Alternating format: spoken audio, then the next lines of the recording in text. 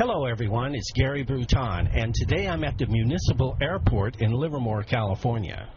Now you might be asking yourself, what's Gary doing at a municipal airport? Well, I've learned from this article that the Collins Foundation is flying in some World War II vintage aircraft, including a B-17 and B-24 bombers. This made me feel that it would be a good idea to see if I could find out what it would feel like to fly aircraft in World War II 50 or 60 years ago. So let's go see if I can find someone to explain how it would feel to fly a bomber in a combat situation. He's coming, Daddy. Oh, look at this.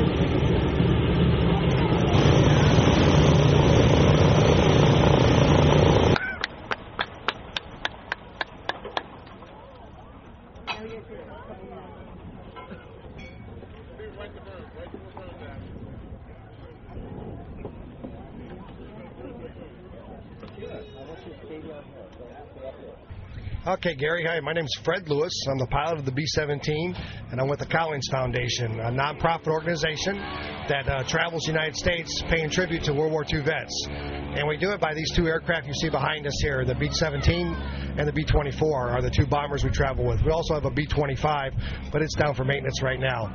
And then in addition to that, we have the P-51 Mustang, a C-model, dual-controlled Mustang that travels with us also. This is referred to as the Little Friendly. The one behind me here is we have the namesake of the 909. Flew 140 missions during about 140 missions during World War II.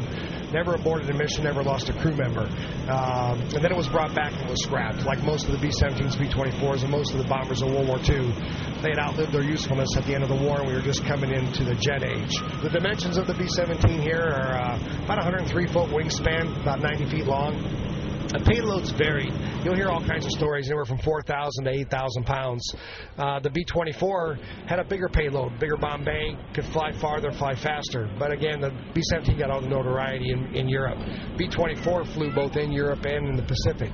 But the B-17 here, this one here, the payload, like we said, about 4,000 to 6,000 pounds. But that varied depending on how far the target was away in Germany, if you're flying out of England. If you were going all the way to Berlin, you probably had less bombs and more fuel weight. So there was always a trade-off between fuel and bombs. But nonetheless, it were about 4,000 pounds worth of bombs. Whether they were carrying 100-pounders or 500-pounders or 1,000-pounders, there was always a trade-off with the fuel. The B-17, the crew members, about 10 crew members on a B-17,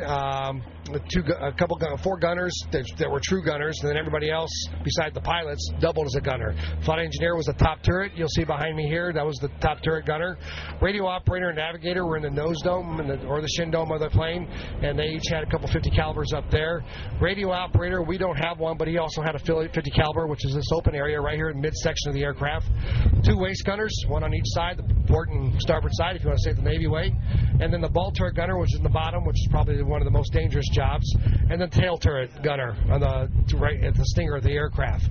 Again, four gunners, true gunners. They were the true gunners. Everybody else, the radio operator, engineer, navigator, and gunners, and then the pilot and co-pilot, of course. And that was your 10-man crew. Average age of these guys, they varied. You've heard stories of the youngest guy being 17, maybe 18 years old, and the oldest guy being 21, 22. If there was a 25-year-old guy on the crew, he was considered the grandpa, the old man, 26 years old, and which is kind of very interesting, the dynamics, the dichotomy of these guys being that young and having the missions they had to fly and the conditions they flew in. These aircraft served a purpose. They were fire bombers at the post-war and during the 60s and 70s. This was Tanker 99. So it flew as a fire bomber, and that's why it was saved, and most of the B-17s were saved. Same with the B-25s. They were fire bombers, and some of the A-26s. If they had a purpose after the war and got used, somebody bought them, then they were used in that capacity. Otherwise, they really had no use. Our B-24, which is an interesting case, it had no useful purpose really after the war. It wasn't really a dynamic for anything else, so they really scrapped all those. Being that there were over 18,000 of those built, and that's the most military-produced aircraft the United States has ever built, is the B-24, over 18,000. That is the only one left flying as a war veteran. It was built in early 44, the B-24, our B-24, and served with the British on a Lend-Lease program. And it went out to the Pacific and did coastal patrol and chased Japanese ships. Yeah, the only reason it survives is because the country of India took it and used it as coastal patrol for about 20 years. After that, it ended up with a collector in England, and we acquired it in the early 80s and started early to mid 80s and started a restoration process to get it restored static. As we were doing the restoration process, a lot of the vets said, well, you know what, there's not a B-24 flying. We'd like to see one flying. So our B-24 is the only flying veteran B-24 in existence that's flying today. There's probably only about a dozen airframes around the world in museums. The B-17, there's about 8 of those flying, give or take, on a given day, a couple in Europe, 5 or 6, 7 in the United States on any given day. But this one, a couple of the other ones travel. The Commemorative Air Force has theirs, and Experimental Aircraft Association has one. They fly theirs. Different museums fly theirs, but on a limited basis, depending on the need and demand. We try to fly every day and go to cities for 10 months straight. Our B-17, like I said, it's one of the 7 or 8 flying. There's probably about 50 of those, give or take, throughout the United States and the world in museums that are around. Being that there was over 12,700 of these built, that's all. It's not the B-17s also. Another popular aircraft, of course, is the B-29, and there's not any of those flying right now. And there's a couple of museums around the world, or around the United States too. So that's it for the collection of the bombers, the formidable bombers of World War II, the 26 and 25, 24, 17, and 29. And then you got the European bombers, the Lancaster. And the B-32, if you've ever heard of that, but there's none of those around. But that's it. That's your bombers of World War II. We like the interaction, having the vets come out. People come in, donate money to go for flights, or just come out and walk through the aircraft. Just experience walking through the aircraft, which is interesting to see the tightness of the aircraft. A lot of people thought that they were bigger. I think if you watch movies like Memphis Belle or The War Lover or 12 O'Clock High, I think Hollywood always makes a bigger airplane or a bigger cockpit, we always say. You get inside this airplane, there's not much room. Guys my size, I'm a little taller, a little bigger. It's kind of tight moving around in there. You always think, man, these vets, they must have been small guys. You can't move around in here. But once they got to their crew positions in the mission, they didn't move around too much. You got to stay plugged in. You're on microphone and oxygen. You stayed in your position. But it's a tight airplane. It's not that big. Even the vets come out here and walk around, and it's really interesting. If they haven't been around the airplane in 50 years, they come out here and say, man, I thought it was bigger. I'm sure it was bigger. It's really interesting to see their reaction when they come out. But more so than that is our reaction, us, the different generations, to watch how these little humble men who have all the rights to brag and gloat what they did during the war, and they don't. They are the greatest generation. The sacrifices they made as 18, 19, and 20-year-olds and what they did over there, I know what I was doing at 18, 19, and 20. It was never near the responsibility that these young kids had. Went over there as young kids, came back as probably as old men, and the stresses of war. And the reaction, the dynamics of the emotions. There are some vets that will come out here and talk all day long, and maybe that's their relief of how to suffer through war. There are some vets that sit in their car and cry, don't want to come out here near these aircraft. They're a bad memory, that's how they handle it. You watch our generation call Grandpa or Dad, say, hey, come out here, your aircraft's out here, the one you flew. And Grandpa or Dad is sitting at home saying, I don't want to see that aircraft. I have bad memories about that aircraft. So it's really neat, or not neat, but it's different, the dynamics of how people handle the range of emotions that you get with the vets out here. But nonetheless, it's a learning experience, a history lesson for us to learn, and these vets come out here, and it's a history class all on its own. My name is Walter Hughes. I was pilot on the B-24 aircraft. The aircraft is behind me. It was a bomber, heavy bomber in World War II. I flew 35 missions in this airplane from England to Germany. A lot of heavy flak, and we had some fighter attacks. I saw the ME-262 when it first hit us in December or January of 1944-45. We were generally broken into groups and squadrons, but we usually flew and bombed as a group. There were 42 air bases in England that had American airplanes, bombers flying from them.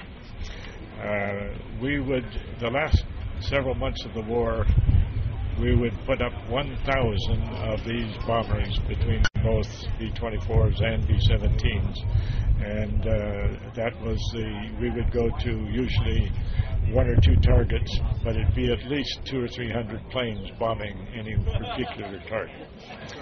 If you are interested, many of the bomb groups, and particularly ours, the 93rd, has a website, and just type in 93rd Bomb Group in a good search engine, and it will bring you to the 93rd's pages. It gives a lot of the information about groups and the individual crews with photographs and some stories of action.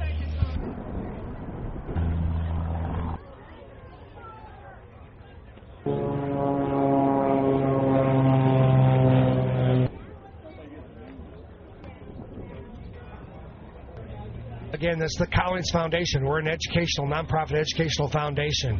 And we have a website. It's Collins, Collins, Foundation, the word foundation.org, O-R-G. And you go to that website, you'll see all the other aircraft. We have about 27, 28 aircrafts. We have jets. We're starting to pay tribute to the Vietnam vets.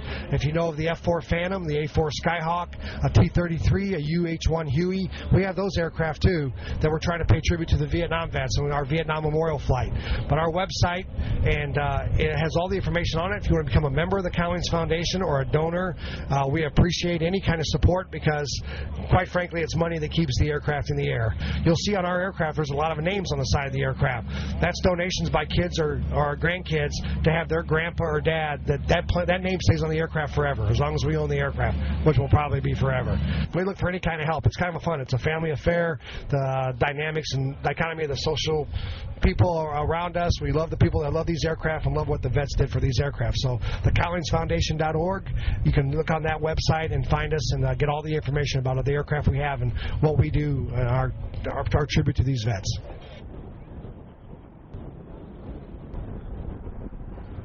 All right, that's about it for this program, and I hope you've learned something about piloting aircraft 40 or 50 years ago. I'd like to thank Fred Lewis, the first pilot we talked to, and Walter Hughes, the World War II pilot with 35 combat missions, for talking about his experiences. Without their help, this program would be impossible.